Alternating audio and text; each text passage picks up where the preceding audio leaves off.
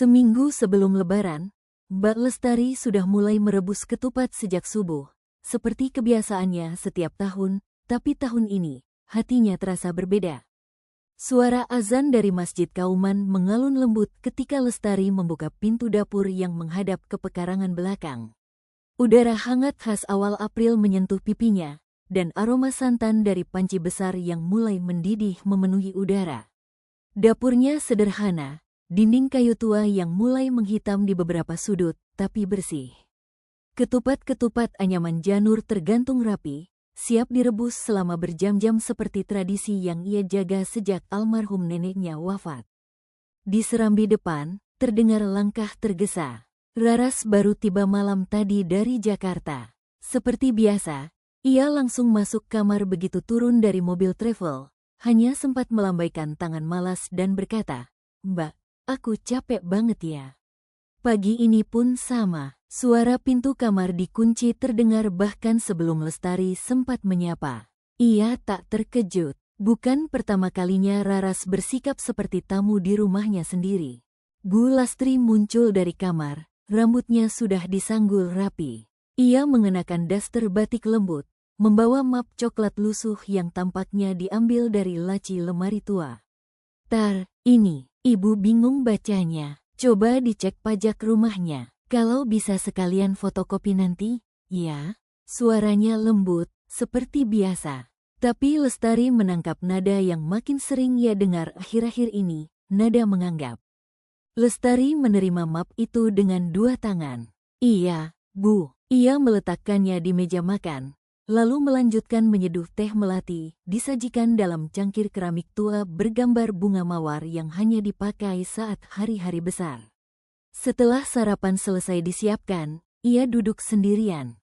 Pak Suryo masih di serambi, mendengarkan radio tua yang sesekali berderak suaranya. Burung-burung berkicau dari atap rumah tetangga, diselingi suara pedagang keliling yang lewat sambil berseru, "Sayur, tempe, tahu." Ia membuka map dan mulai menelaah kertas-kertas di dalamnya. Tagihan listrik, salinan pembayaran PBB, dan di bagian paling bawah, satu lembar surat dengan kop notaris. Lestari membaca pelan-pelan, matanya membesar, lalu menyempit. Surat wasiat, rumah joglo dan tanah di sekitarnya sepenuhnya akan diwariskan kepada Raras. Tidak disebutkan nama Lestari, tidak satu kalimat pun. Tangannya gemetar, tapi wajahnya tetap datar. Ia membaca ulang paragraf terakhir, berharap ada kekeliruan.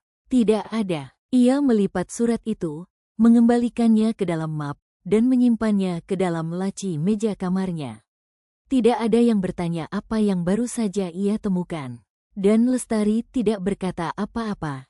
Sore harinya, ia mengajak Bu Lastri dan Raras ziarah ke makam Mbah Kartiman, kakek mereka dari pihak ibu.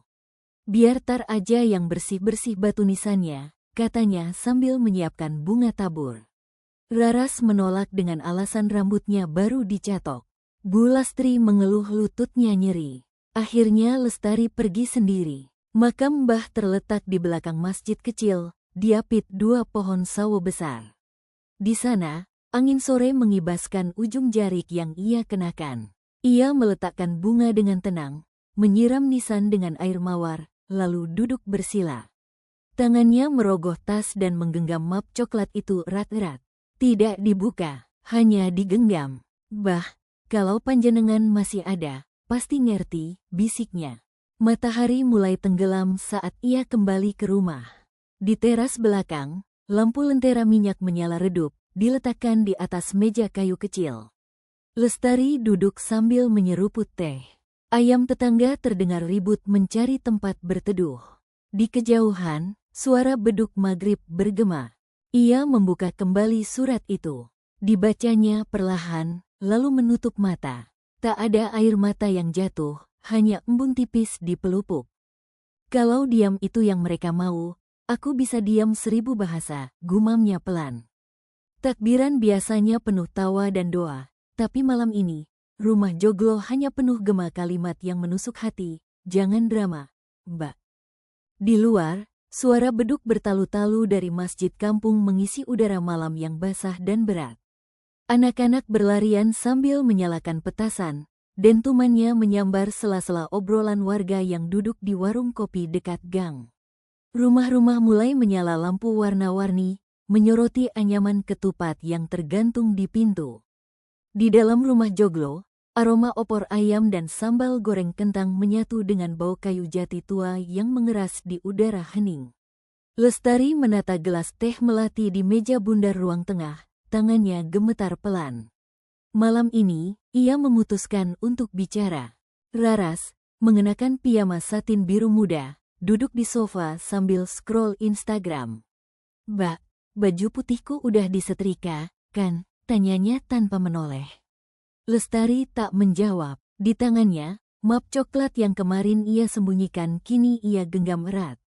Bu Lastri sedang menyalakan lilin kecil di sudut altar, sementara Pak Suryo sibuk menyetel ulang antena radio tua yang mengeluarkan suara kresek-kresek serak. Pintu depan diketuk ringan. Bu Ningsih masuk membawa ketupat bentuk bunga, anyamannya rapi dan wangi. "Buat lebaran besok, Lestari," ucapnya lembut. "Ingat waktu kecil dulu, kamu yang paling cepat bikin ketupat bentuk bintang." Lestari tersenyum tipis, menerima dengan dua tangan. "Makasih, Bu." Setelah Bu Ningsih pamit, Lestari memandang sekeliling. Opor sudah matang, meja sudah tertata, tapi suasana tetap dingin. Ia meletakkan map coklat di atas meja. "Bu, Pak, ini surat dari notaris. Aku nemu waktu ngurus dokumen kemarin."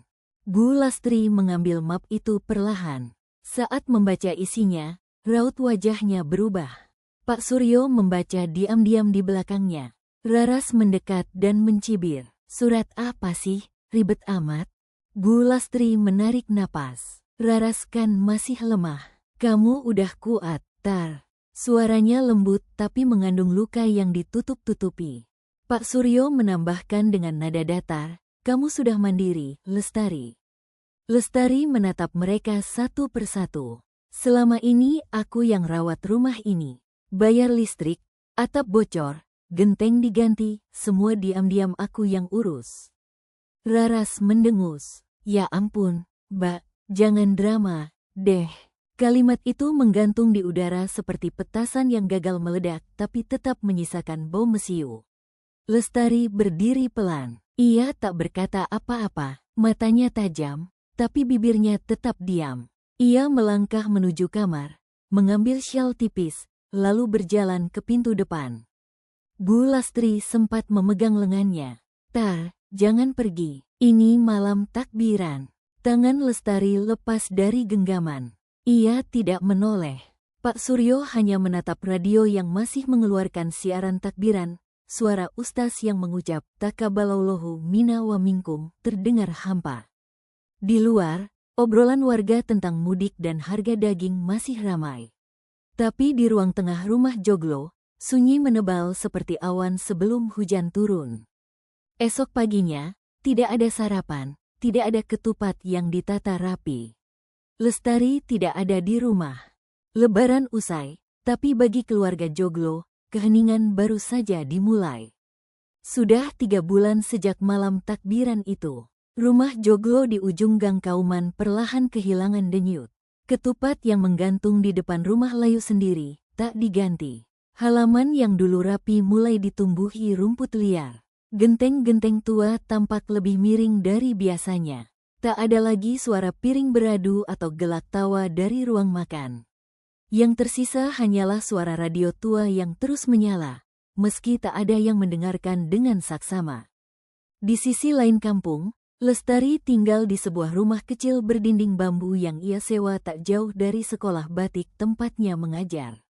Udara kemarau menyusup lewat celah-celah dinding, membawa bau tanah kering dan suara angin yang memutar debu di halaman. Setiap pagi, anak-anak dari RT sekitar datang dengan seragam sekolah lusuh, membawa kain mori dan botol air.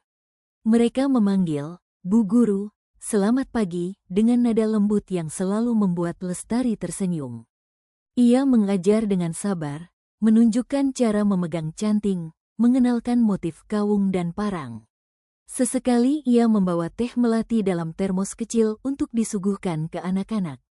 Di sela kelas, ia akan duduk di bangku kayu panjang sambil memandangi daun kering yang beterbangan, atap seng berderit jika angin terlalu kencang. Suara kep batik berbunyi ritmis, menjadi latar kehidupan baru yang tenang. Pesan WhatsApp dari keluarga datang nyaris setiap minggu, tapi Lestari tidak membalas. Awalnya hanya 1-2 kalimat, lalu panjang, lalu menyayat. "Tar, ibu kangen, kami butuh kamu." Suara Bu Lastri dalam voice note terdengar parau, seperti sedang menahan tangis. Hari berikutnya, Pak Suryo mengirim pesan pendek, "Jangan egois." Dan Raras, pesannya lebih tajam, "Masa rumah dijual cuma karena kamu marah?" Lestari hanya mengetik 1 kalimat. Rumah itu milik Raras. Urus sendiri. Ia tidak menekan kirim langsung. Ia menatap layar cukup lama hingga lampu ponsel padam sendiri. Saat dikirim akhirnya, ia menaruh ponsel di dalam laci dan tak membukanya selama 2 hari. Bu Ningsih, yang tinggal satu rumah dari rumah Joglo, mulai sering bertanya ke tetangga. "Lestari kemana? Kok rumah itu makin sepi ya?" Tapi ia tidak mengirim pesan langsung. Ia hanya memperhatikan dari jauh, melihat tangki air yang kosong, kabel listrik yang menjuntai, dan Raras yang semakin jarang terlihat keluar rumah. Satu sore, Bu Ningsih membaca percakapan di grup WhatsApp RT. Ada yang menulis, katanya listrik di rumah Pak Suryo diputus PLN. Yang lain membalas, Raras sempat minjam uang ke warung Bu Darmi. Bu Ningsih tak ikut komentar, tapi ia menyimpan simpati dalam diam. Sementara itu, di pavilion kecilnya, Lestari menyelesaikan pengajaran. Anak-anak satu persatu pamit pulang. Ia mengunci rak pewarna, mencuci canting, dan duduk sejenak di ambang pintu. Langit mulai menguning, angin sore membawa bau debu dan kayu bakar dari dapur tetangga. Tiba-tiba terdengar suara batuk keras dari sebelah rumah Pak Warto. Lestari berdiri dan berjalan ke sana, membawa termos kecil berisi teh jahe. Ia mengetuk pelan, lalu membuka pintu yang tak terkunci. Pak Warto terbaring lemah di dipan rotan, tubuhnya gemetar. Ia tersenyum samar. "Ah, Mbak Lestari, seperti biasa, tahu kapan waktunya datang." Lestari meletakkan termos di meja kecil, lalu merogoh laci bawah lemari kayu tua di sudut ruangan. Dari situ, ia mengeluarkan sebuah kotak kecil berwarna coklat tua. Pak Warto mengangguk pelan. Kadang diam lebih jujur dari kata-kata, bisiknya, sebelum menutup mata untuk beristirahat. Suara mereka makin keras di WhatsApp, tapi Lestari memilih mendengarkan suara angin sore, lebih jujur, lebih tenang. Di pavilion kecil yang ia tinggali, daun jendela berderak pelan ditiup angin. Musim hujan mulai datang, tapi Solo belum sepenuhnya basah. Awan menggantung berat sejak pagi, dan udara mengandung lembab yang tak nyaman. Lestari menutup jendela dengan hati-hati, menahan sisi bawahnya dengan batu kecil. Hujan bisa turun kapan saja, tapi di dalam, ia ingin tetap hangat. Di meja kecil sebelah tempat tidur, ponselnya berkedip. Belum dibuka, tapi ia tahu dari siapa. Pesan suara dari Bu Lastri. Suara lembut ibunya memohon, "Tar, rumah ini terlalu besar kalau hanya kami bertiga. Kami butuh kamu, jangan terus begini, nak." Lestari mendengarkannya hingga selesai, lalu menyimpan ponsel di dalam laci. Tak lama kemudian, pesan Pak Suryo menyusul. Suaranya dingin dan tegas. "Kamu tega membiarkan orang tua kamu jatuh seperti ini?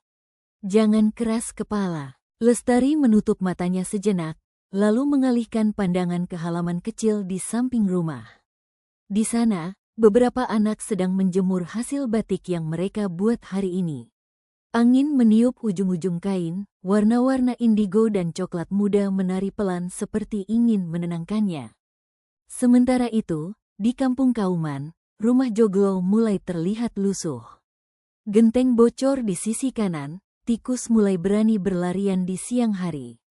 Tukang sayur yang lewat sempat berbisik pada Bu Darmi di warung, "Rumah Pak Suryo kok makin sepi ya?" Raras juga jarang kelihatan. Obrolan itu nyangkut ke grup arisan RT. Di sana, Bu Ningsih akhirnya angkat suara setelah sekian lama diam. Ia menulis satu kalimat yang membuat semua hening. Kadang kita terlalu cepat menyalahkan yang diam. Pesan itu membuat sebagian warga terdiam. Tak ada yang membalas langsung. Tapi di luar grup, bisik-bisik mulai berubah arah. Ibu-ibu mulai mengingat bagaimana Lestari dulu yang belanja tiap awal bulan, yang bantu bayar galon ke warung, yang memperbaiki atap 2 lebaran lalu. Kini semuanya terlihat berbeda. Pak Warto, yang kesehatannya makin menurun, memanggil Lestari ke rumah sore itu. Ia duduk di kursi rotan, selimut menutupi kakinya. Mereka bilang kamu egois, ucapnya pelan. Tapi yang saya tahu, kamu hanya lelah. Bukan kamu yang egois, Tar. Mereka yang tak pernah mau mendengar. Lestari duduk di lantai, menuangkan teh dari termos. Suaranya nyaris tak terdengar. Saya hanya ingin tenang, Pak. Tapi, kenapa tenang rasanya malah seperti musuh mereka? Pak Warto tersenyum lemah. Karena bagi yang terbiasa berteriak, diam terdengar mengancam. Senja datang lebih cepat. Langit menghitam dan angin membawa bau tanah basah. Hujan turun dengan suara lirih di atap seng. Lestari sedang menyapu halaman saat langkah cepat terdengar dari luar pagar. Raras berdiri di sana, wajahnya kusut, rambut terikat asal-asalan. Nafasnya memburu. Mereka akan kehilangan rumah, Mbak, serunya, lebih seperti teriakan panik daripada pernyataan. Lestari memandangi adiknya, lalu membuka pintu pagar. Lalu kenapa dulu aku dianggap bukan bagian dari rumah itu? Raras terdiam. Tatapannya menyapu halaman kecil, jemuran batik yang tergantung, suara anak-anak tertawa dari dalam ruangan belajar. Semua begitu sederhana, tapi hidup. Wajah Raras berubah. Mungkin untuk pertama kalinya, ia melihat apa yang tidak pernah ia perhatikan. Malam itu, hujan belum berhenti. Di rumah Pak Warto, batuknya terdengar semakin keras. Nafasnya tersengal. Lestari memutuskan membawa beliau ke dokter. Dan untuk itu, ia menghubungi seseorang yang sudah lama disebut-sebut oleh Pak Warto, seorang teman lama, katanya, yang selalu tahu cara membantu tanpa banyak tanya. Kotak kayu itu sederhana, tapi isinya seperti jendela ke masa lalu yang penuh harapan dan penghargaan. Hujan turun deras malam itu, menari di atas atap seng dan membentuk irama tak beraturan yang memenuhi rumah kayu milik Pak Warto. Di dinding tergantung foto-foto hitam putih yang memudar, gambar istrinya waktu muda berdiri di depan gerobak batik, foto lawas Pak Warto bersama rekan-rekan becaknya di terminal lama yang kini sudah jadi swalayan. Aroma minyak kayu putih tercampur dengan bau kopi tubruk yang mengepul dari gelas email bergambar ayam jago. Lestari duduk di kursi rotan sebelah dipan tempat Pak Warto terbaring, wajahnya pucat tapi masih menyimpan ketenangan yang khas. Di meja kecil, kotak kayu tua sudah diletakkan. Tidak terkunci, tapi tertutup rapi. Lestari menyentuh permukaannya pelan, merasa permukaan kasar yang sudah mulai retak di sisi. Ia membuka kotak itu perlahan. Di dalamnya, terlipat dengan sangat hati-hati, ada beberapa lembar batik tua. Motif parang rusak dan kawung lawas dengan pewarna alam yang mulai pudar, tapi tetap menyimpan keanggunan zaman dulu. Di bawahnya, sebuah surat kecil ditulis tangan dengan tinta biru yang sudah mulai luntur, tulisan dari almarhumah Bu Warto. Ia menuliskan bahwa batik-batik ini adalah warisan keluarga, dan jika suatu saat Pak Warto menemui seseorang yang layak, maka warisan ini boleh diberikan. Di balik lembaran batik, ada map plastik berisi sertifikat tanah kecil di pinggiran kota, dulu pernah ditawarkan, tapi tak pernah jadi dijual. Lestari menatap benda-benda itu dalam diam. Napas Pak Warto terdengar berat di belakangnya. Semua itu buat kamu, Mbak. Suara Pak Warto pelan, nyaris tenggelam dalam suara hujan. Dulu waktu saya jatuh sakit, kamu diam-diam bayarin rumah sakit. Saya tahu itu dari susternya.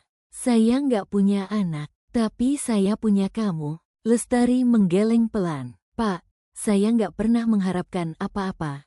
Pak Warto tersenyum. Saya tahu, justru itu yang bikin kamu pantas menerimanya. Ia mengulurkan tangan, menyerahkan ponsel tua. Pak Wahyu, teman lama saya, pengacara. Saya udah cerita semua ke dia. Dia bisa bantu kamu urus hak kamu di rumah Joglo. Bukti-bukti sudah cukup, katanya. Semua renovasi, cat, atap, ubin, ada bonbonnya. Kamu pegang semuanya, kan? Lestari terdiam. Ia tak pernah menganggap semua itu penting. Tapi entah kenapa, tiap kali ia membeli bahan bangunan, ia memang menyimpan bukti pembelian di satu map plastik biru. Mungkin bagian dari kebiasaan bertanggung jawab yang terlalu lama tak dihargai. Malam itu, ia menelepon Pak Wahyu. Suaranya ramah dan tegas. Saya bisa bantu, Mbak Lestari. Ini bukan soal menggugat atau membalas, ini soal hak. Hak yang selama ini dibungkam karena kamu terlalu sabar. Lestari ragu. Saya tidak ingin memperkeruh. Ini bukan memperkeruh, ini membersihkan. Kadang, kita perlu air untuk mencuci luka yang sudah terlalu lama dibiarkan mengering di luar tapi bernanah di dalam. Setelah telepon ditutup, Pak Warto berkata pelan, ini bukan tentang balas jasa, tapi keadilan kecil yang terlambat. Ia batuk pelan, lalu tersenyum sebelum menutup matanya. Kalau mereka datang, dengarkan bukan dari mulutnya, tapi dari matanya. Pagi Lebaran tiba. Saat Lestari sedang menghangatkan bubur sumsum, terdengar ketukan halus di pintu depan. 3 wajah yang dulu memalingkan muka kini berdiri basah kuyup di depan pintu kecil Lestari, menunggu, tidak berkata apa-apa. Pagi Lebaran menyambut Solo dengan kabut tipis yang menggantung rendah di atas atap-atap rumah tua. Suara takbir sayup terdengar dari masjid kecil di ujung gang, berpadu dengan aroma ketupat, opor ayam, dan bawang goreng yang tersebar dari dapur-dapur tetangga. Di dalam rumah kecil berdinding bambu, Lestari sedang menyeka uap dari jendela dapurnya. Bubur sumsum dalam panci tanah liat sudah matang, disendok ke mangkuk-mangkuk kecil untuk anak-anak murid yang akan datang nanti. Ketukan itu datang tanpa jeda. 3 kali, pelan tapi tegas. Lestari melangkah ke pintu depan. Ia membuka perlahan dan mendapati Raras, Bu Lastri, dan Pak Suryo berdiri dalam diam. Pakaian mereka basah, sepatu berlumpur, dan mata yang dulu tajam kini tertunduk. Raras menggenggam ujung jilbabnya, wajahnya tanpa makeup, rambutnya sedikit acak. Bu Lastri tampak lebih kurus, wajahnya menua, tangan gemetar memegang plastik kecil berisi kue kering. Pak Suryo berdiri paling belakang, matanya merah, napasnya berat. Lestari tak berkata apa-apa. Raras melangkah maju, lalu berlutut. Suaranya pecah, kami salah. Mbak, benar. Bu Lastri mulai menangis. Kami butuh kamu, kami kehilangan segalanya. Rumah, ketenangan, semua. Lestari tetap diam sejenak, lalu berjalan ke dalam. Ia kembali dengan satu amplop coklat yang diserahkan ke tangan ibunya. Di dalam ada surat bagianku dari rumah Joglo. Sudah saya serahkan. Ada juga pernyataan bahwa saya tidak akan menuntut apa-apa lagi, termasuk kewajiban finansial ke depan. Mereka semua menatapnya dengan bingung. Raras berdiri perlahan, matanya membesar. Tapi, kenapa, Mbak? Lestari menatap adiknya, lembut, bukan marah. Saya hanya ingin damai, tapi jangan pernah panggil saya kalau hanya butuh uang. Pak Suryo melangkah pelan ke depan. Tangannya terangkat ragu, lalu ia memeluk Lestari. Untuk pertama kalinya sejak Lestari kecil, ia tak bicara, tapi air matanya jatuh ke pundak anaknya, hangat dan diam. Dari seberang jalan, Bu Ningsih berdiri memeluk ketupat. Ia tidak mendekat, hanya tersenyum pelan, lalu berkata pada dirinya sendiri, dia bukan diam karena lemah. Dia diam karena tahu waktunya bicara sudah lewat. Saat keluarga itu berbalik dan melangkah pergi, kabut pagi mulai menipis. Langit yang sebelumnya kelabu kini mulai membuka celah biru. Lestari duduk di teras rumahnya. Anak-anak muridnya mulai berdatangan, membawa kuas dan kain mori, tertawa pelan sambil melepas sandal. Ia menyapa mereka satu persatu dengan suara lembut. Ia menatap langit, tersenyum kecil. Kadang diam bukan bentuk menyerah, tapi cara paling halus untuk melawan. Di pagi yang sunyi dan berkabut itu, sebuah pintu kecil dibuka bukan untuk meminta maaf atau menang, melainkan untuk memahami. Perjalanan diam Lestari bukan tentang kebekuan hati, tapi tentang memilih martabat di tengah keheningan yang tak pernah diberi tempat. Kadang, kita terlalu cepat mengukur orang dari suara yang terdengar, lupa bahwa yang paling tulus justru hadir dalam tindakan sunyi. Seperti cahaya lampu minyak di serambi tua, tak menyilaukan, tapi cukup untuk menunjukkan arah. Mungkin hari ini, ada seseorang di dekat Anda yang juga memilih diam. Cobalah mendengarkan bukan dari mulutnya, tapi dari matanya. Karena kebaikan, seringkali, tak membutuhkan pengakuan, hanya pemahaman.